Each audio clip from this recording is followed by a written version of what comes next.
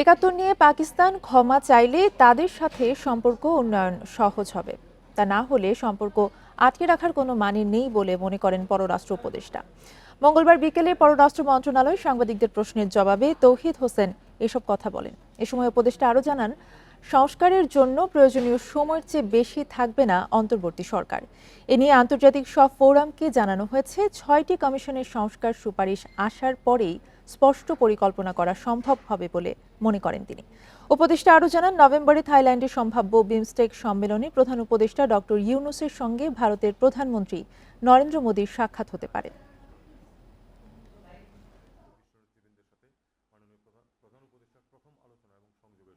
তারা যদি আসলেই এটুকু সাহস কোনো সরকার যদি দেখাতে পারে, এই কথাটুকু বলতে পারে, সম্পর্ক স্বাভাবিককরণ এবং সহজ রাখা অনেক সহজ হয়ে যাবে। তবে পাশাপাশি আমি মনে করি যে এই কারণে একেবারে সম্পর্ক আটকে রাখা সেটারও কোনো প্রয়োজন নেই। আমরা তো পাকিস্তানের সাথে এক ধরনের সম্পর্ক বজায় রেখে আসছি না, সেটা গত কয়েক বছরে হঠাৎ করে একেবারেই ইচ্ছাকৃতভাবে অনেকটা আমাদের স্বার্থেরও বিরুদ্ধে যায়, এরকম ক্ষেত্রেও কিন্তু করা হয়েছে। সমবায় ব্যাংকের সাবেক চেয়ারম্যান আওয়ামী লীগ নেতা মহিউদ্দিন আহমেদ মহি ও তার 2 স্বজনের সহযোগিতায় মাত্র 4 মাসে 12,000 ভরি স্বর্ণ লোপাট, এমন দাবি ব্যাংকটির বর্তমান কর্মকর্তাদের। তারা জানান, রাজনৈতিক প্রভাবে দুদকের মামলার চার্জশিট থেকে নিজের নাম সরান তিনি। তার বিরুদ্ধে ব্যাপক নিয়োগ বাণিজ্যেরও অভিযোগ। 2009 সালে রাজনৈতিক বিবেচনায় সমবায় ব্যাংকের চেয়ারম্যান হন যুবলীগ নেতা মহিউদ্দিন আহমেদ মহি। পরে ব্যাংকের ভল্টের দায়িত্ব দেন তার ভাগ্নে ক্যাশ অফিসার নূর মোহাম্মদ ও চাচাতো ভাই ব্যাংকের এজিএম হেদায়েত কবিরকে। এ দুজনকে সাথে নিয়ে ভল্টের 12,000 ভরি স্বর্ণ লুট করার অভিযোগ তাদের বিরুদ্ধে। 2009 থেকে 18 সাল পর্যন্ত সমবায় ব্যাংকে বেশিরভাগ নিয়োগ দেওয়া হয় মহিউদ্দিনের গ্রামের বাড়ির লোকজনকে। 2020 সালের মার্চ থেকে জুন পর্যন্ত প্রায় 4 মাসে 150 কোটি টাকা দামের বিপুল স্বর্ণ গায়েব হয়ে যায় ব্যাংকের ভল্ট থেকে। পরের বছর স্বর্ণ চুরির স্বপ্রণোদিত মামলা করে দুদক। 1 নম্বর আসামি সমবায় ব্যাংকের তৎকালীন চেয়ারম্যান মহিউদ্দিন আহমেদ মহি। আসামি আরও 8 জন, তবে চার্জশিট থেকে বাদ দেওয়া হয় প্রধান আসামিকে। আমাকে পাত্তাই দেয় না, আর সত্য তার এখানে জিএম যে ছিল সে তাকে তদবির করি, একজন অধিদপ্তরের একজন এর অতিরিক্ত নিবন্ধককে সে এখানে চুক্তিভিত্তিক আনছে, সব তার লোক। আর কথায় আমাদেরকে আগামী মিটিংয়ে চেক করবে। ভল্ট থেকে স্বর্ণ খোয়া যাওয়ার ঘটনায় ধামাচাপা দিতে সব চেষ্টাই করেন মহি। রাজনৈতিক প্রভাব খাটিয়ে অভ্যন্তরীণ তদন্ত করতে দেননি, উল্টো মন্ত্রণালয়ের তদন্ত আদালতে মামলা করে স্থগিত করান। সমবায় অধিদপ্তর থেকে একটা কমিটি করা হয়েছিল, এবারে ওনার তদন্ত আসছিল, পরবর্তী তদন্ত হয় নাই। তখন আমরা পরবর্তীতে জানতে পারছি যে এটা কোর্টে মামলা করে তদন্ত না হওয়ার জন্য একটা স্ট্যাটাস কো বা একটা রায় নিয়ে আসছে। বর্তমানে সমবায় ব্যাংকের ভল্টে বন্ধক 8,348 ভরি স্বর্ণ। বিপরীতে ঋণ দেয়া আছে 30 কোটি 12 লাখ টাকা। স্বর্ণ চুরির ঘটনায় অনেক গ্রাহক ব্যাংকের ভল্ট থেকে স্বর্ণ তুলে নিচ্ছেন।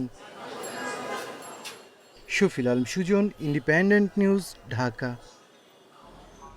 ইসলামী ব্যাংক দখলের মাস্টারমাইন্ড ছিলেন সাবেক প্রধানমন্ত্রী শেখ হাসিনার শীর্ষ 2 কর্মকর্তা, মুখ্য সচিব আবুল কালাম আজাদ ও সামরিক সচিব মিয়া মোহাম্মদ জয়নুল আবেদিন। তাদের নির্দেশে এস আলমকে সহযোগিতা করেন ডিজিএফআই এর তৎকালীন শীর্ষ 2 কর্মকর্তা। একথা জানান ব্যাংকটির সাবেক ব্যবস্থাপনা পরিচালক ও সে সময়ে নিয়োগ পাওয়া 2 পরিচালক।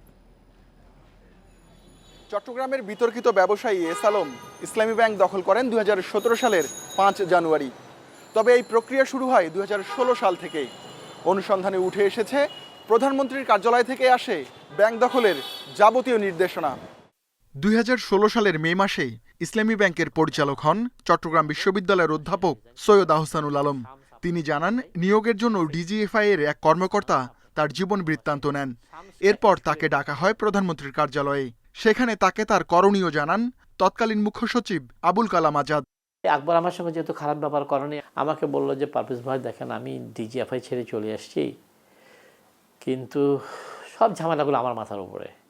এখন উপর থেকে আমাকে বলা হয়েছে আপনাকে পদত্যাগ করানো। অধ্যাপক আহসানুলের কিছুদিন পর ইসলামী ব্যাংকের পরিচালনা পর্ষদে নিয়োগ পান সাবেক সেনা কর্মকর্তা আব্দুল মতিন।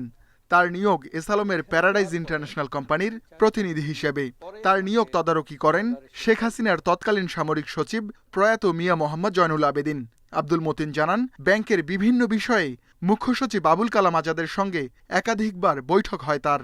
পরবর্তীতে যে ঘটনাটা ঘটছে সেইখানে ডিজিএফআই ইনভলভ হয়।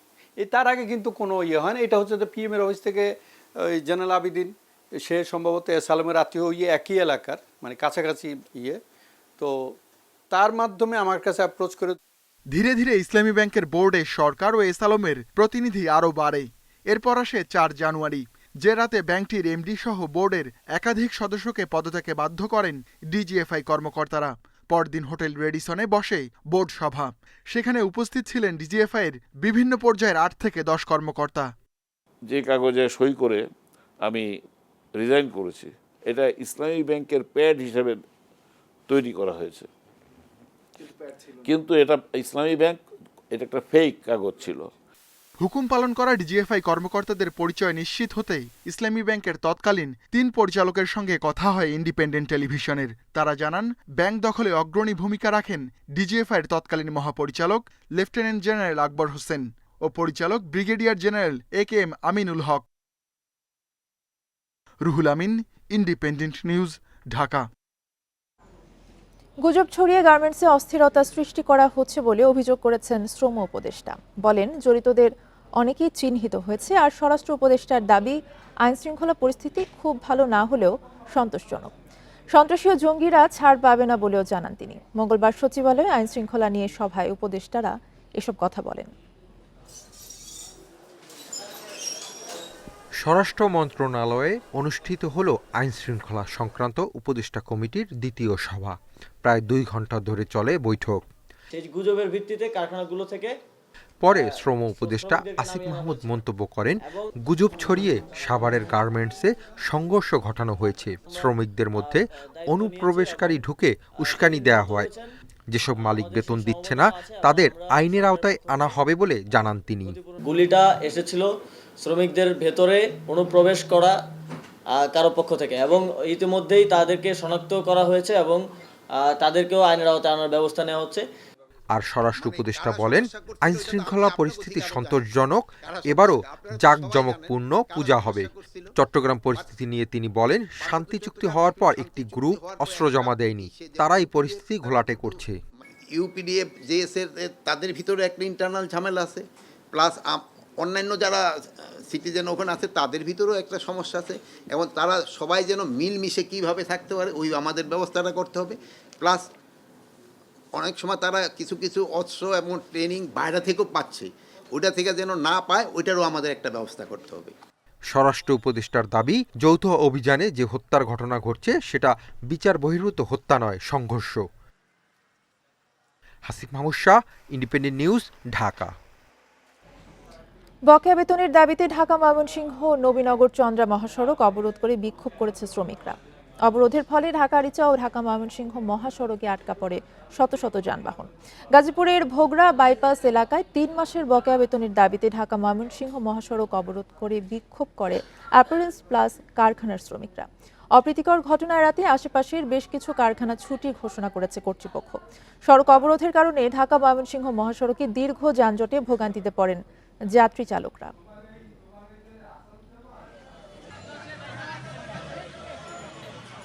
আমরা সিদ্ধান্ত পাইতেছি না, আমাদের কোম্পানি মালিক বলছে 30 টাকা নাম করে সব কিনে দিব, এবং আমরা কোনো দাঁড়াই দিচ্ছে না কিছু।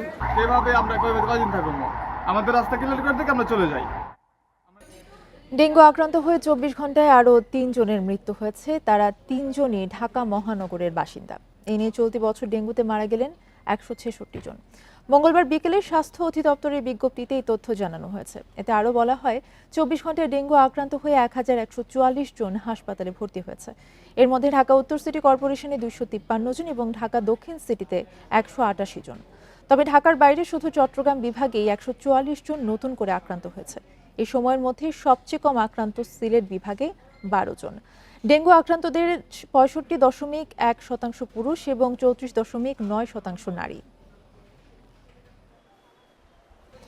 সেপ্টেম্বরে রেমিটেন্স এসেছে $240.50 কোটি, যা গত বছরের একই সময়ের তুলনায় 80% বেশি বলে জানিয়েছে কেন্দ্রীয় ব্যাংক। মঙ্গলবার বাংলাদেশ ব্যাংকের নির্বাহী পরিচালক ও মুখপাত্র হোসনে আরা শিখা সাংবাদিকদের এই তথ্য জানান। রেমিটেন্সের এই পরিমাণ চলতি অর্থ বছরের মধ্যে সর্বোচ্চ। বাংলাদেশ ব্যাংকের তথ্য বলছে, আগস্টে দেশে এসেছিল $222.13 কোটি। সেই হিসেবে সেপ্টেম্বরে রেমিটেন্স বেড়েছে $18 কোটি। শুধু 30 সেপ্টেম্বর একদিনে রেমিটেন্স এসেছে প্রায় $10 কোটি, আর গত বছর সেপ্টেম্বরে এসেছিল $133.40 লাখ। চলতি অর্থ বছরের প্রথম 3 মাসে রেমিটেন্স এসেছে $654.30 লাখ, যা আগের অর্থ বছরের একই সময়ের চেয়ে 33% বেশি।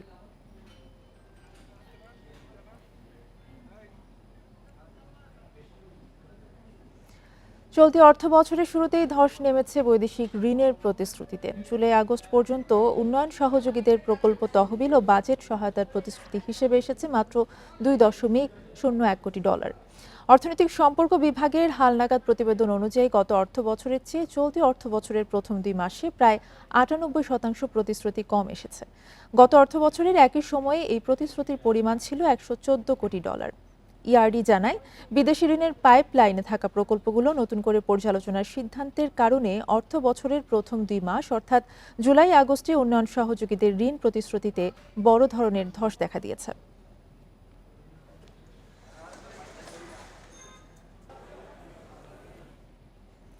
সুনামগঞ্জে আশ্রয়ণ প্রকল্পের ঘরে আগুন লেগে এক পরিবারের 6 জন নিহতের ঘটনাকে পরিকল্পিত দাবি করছেন স্বজনরা।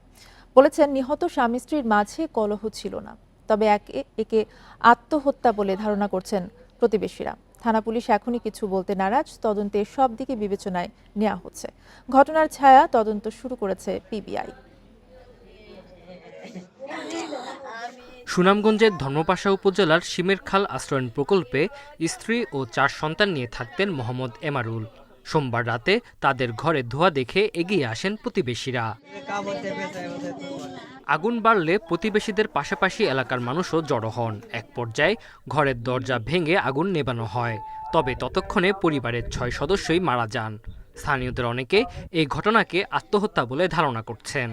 মানুষের সাথে ভালো হয়ে চলছে খাইছে, কিন্তু ঝগড়াঝাগড়ি নেই, ভালোই চলছে খাইছে। মানে যে কি হয়েছে না হয়েছে এটা বলতে পারি। আমরা পানি আনি খুঁজে তাড়াতাড়ি করো, নদী থেকে পানি আনো, এই থেকে পানি আনিয়া সবাই মিলিয়া একত্রভাবে আগুনদারে থামাইলাম। তবে স্বজনদের দাবি ভিন্ন। এমারুলের শ্বশুর জানান, পারিবারিক কলহ ছিল না এই সংসারে। আগুনের ঘটনা পরিকল্পিত হতে পারে। এমন কোনো দ্বন্দ্ব খাইছি না, সুখে সংসার সব চলতেছে।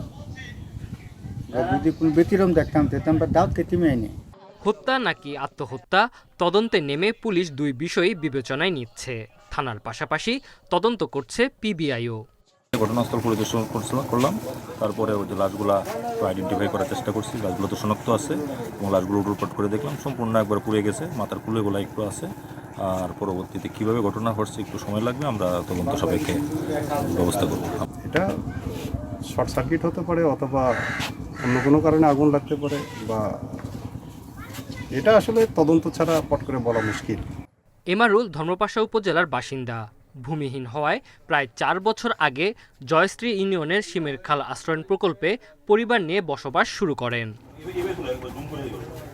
Independent news.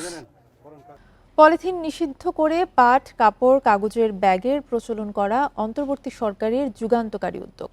এটি সফল হলে দেশে পাটের উৎপাদন বাড়বে, লাভবান হবে কৃষকরা। সোনালী আঁশের দেশ হিসেবে আবারও মাথা উঁচু করে দাঁড়াতে চায় বাংলাদেশ। সকালে গুলশানে একটি শপিং মল পরিদর্শনে গিয়ে এসব কথা বলেন বস্ত্র পাট উপদেষ্টা এম সাখাওয়াত হোসেন। রাজধানীর সুপার শপ ও শপিং মলে নিষিদ্ধ হলো পলিথিনের ব্যাগ। তাই মঙ্গলবার সকাল থেকে পাট ও কাগজের তৈরি ব্যাগে বাজার করছেন ক্রেতারা। 20 থেকে 30 টাকায় বিক্রি হচ্ছে এই ব্যাগ।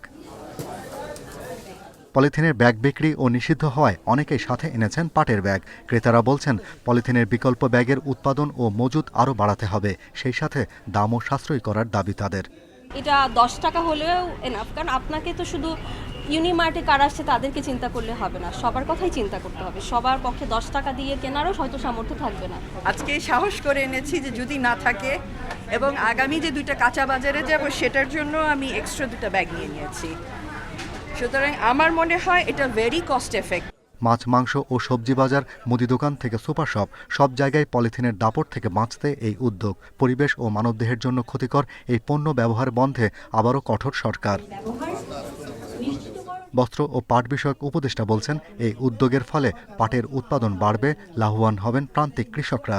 পাটের সোনালী যুগে ফিরলে অর্থনৈতিক প্রবৃদ্ধি আরও বাড়বে বলে আশা তার। কত বড় অর্থকরী ফসল, এটাও তো আমরা এখন রিয়েলাইজ করবো আস্তে আস্তে। কারণ এটা হচ্ছে ন্যাচারাল ফাইবার, আর এখন এই ন্যাচারাল ফাইবারটারই উপরে জোর বেশি সমগ্র বিশ্বে। তো আমরা আশা করি আমরা যে আজকে এই উদ্যোগটা নিলাম অন্তর্বর্তীকালীন সরকারের একটা, আমি মনে করি, যুগান্তকারী উদ্যোগ। উপদেষ্টা আরও জানান, 2010 সালের পলিথিন নিষিদ্ধ আইনটি 1 নভেম্বর থেকে সব পর্যায়ে কার্যকর করা হবে। Shahriar Anirban, independent news, Dhaka. যানজটের পর সড়কের অন্যতম সমস্যা যানবাহনের হর্নের তীব্র আওয়াজ। ঢাকা শহর হর্ন মুক্ত করতে কার্যক্রমের ঘোষণা দিলেন পরিবেশ উপদেষ্টা সৈয়দা রিজওয়ানা হাসান। অক্টোবর নভেম্বরে রাজধানীর প্রধান প্রধান সড়কে এবং ডিসেম্বর জানুয়ারি থেকে ঢাকা জুড়েই চলবে এই আয়োজন। প্রতিদিনই হর্নের আইন ভাঙার মহোৎসব চলে ঢাকা শহরে। আইন মানতে নয়, ভাঙতেই যেন তারা অভ্যস্ত। হর্নের অতিরিক্ত ব্যবহার পরিণত হয়েছে শব্দত্রাসে। তাই তো ঢাকা সড়ককে হর্নমুক্ত করার পরীক্ষামূলক কার্যক্রম শুরু হলো আজ থেকে। শাহজালাল আন্তর্জাতিক বিমানবন্দরের উত্তরে স্কলাস্টিকা পয়েন্ট হতে দক্ষিণে হোটেল লা মেরিডিয়ান পর্যন্ত 3 কিলোমিটার এলাকাকে হর্নমুক্ত নীরব এলাকা ঘোষণা করা হয়, যেখানে হর্ন বাজালে গুনতে হবে সর্বোচ্চ 500 টাকা জরিমানা। সকালে বেসরকারি বিমান চলাচল কর্তৃপক্ষ সদর দপ্তরে আয়োজন করা হয় সচেতনতামূলক র্যালি। তুলে ধরা হয় শব্দ দূষণের ক্ষতিকারক দিক। পরে আলোচনা সভায় পরিবেশ উপদেষ্টা বলেন, হর্ন একটি অভ্যাসগত বিষয়। হর্ন বাজানোর অভ্যাস রোধে গাড়ির গতি নিয়ন্ত্রণেরও পরামর্শ তার। আমার গাড়ি হর্ন বাজায় না, সেটা আমি এই অবস্থানে আসার সময়ও বাজায় না, তার আগের অবস্থানেও আমার গাড়ি হর্ন বাজাতো না, এবং ঢাকা শহরে হর্ন না বাজিয়ে চলা সম্ভব। এমন সিদ্ধান্তে খুশি এলাকায় বসবাসকারী ও সড়ক ব্যবহারকারীরা। তারাও চান আইনের সঠিক প্রয়োগ। আমরা যারা এই ড্রাইভিং করি সবাই সঠিক নিয়মটা পালন করি না। একটি মহাসড়ক, অথচ লেন মানার যে নীতি রয়েছে তার তোয়াক্কা করছেন না কোনো চালকই। তারা বলছেন, যদি এই লেন মানতে বাধ্য করা না যায় তাহলে হর্ন দেওয়া ছাড়া তাদের আর কোনো উপায় থাকবে না। পরিবহন নেতারা বলছেন, চালকদের নিয়ম মানতে নির্দেশনা দেওয়া হয়েছে, করা হচ্ছে মনিটরিং। যারা রাস্তায় থাকবে, পুলিশ বিভাগ, ট্রাফিক বিভাগ, তাদের সাথে সমন্বয় করে আমাদের ভলেন্টিয়ার দিয়েছি, এবং তারা সার্বক্ষণিক এই কার্যক্রম যতক্ষণ চলবে, যতক্ষণ সার্থক হবে, মাঠে থাকবে। পরবর্তীতে বিভিন্ন হাসপাতাল, সচিবালয় ও দেশের বিভিন্ন বিমানবন্দর এলাকার সড়ককে নীরব এলাকা ঘোষণা করা হবে বলে জানান সংশ্লিষ্টরা। ইকরামুল কবির, ইন্ডিপেন্ডেন্ট নিউজ, ঢাকা। এই ছিল এখনকার সংবাদে। ইন্ডিপেন্ডেন্ট টেলিভিশনের আরো খবর জানতে চোখ রাখুন ফেসবুক, ইউটিউব এবং এক্সে। ধন্যবাদ।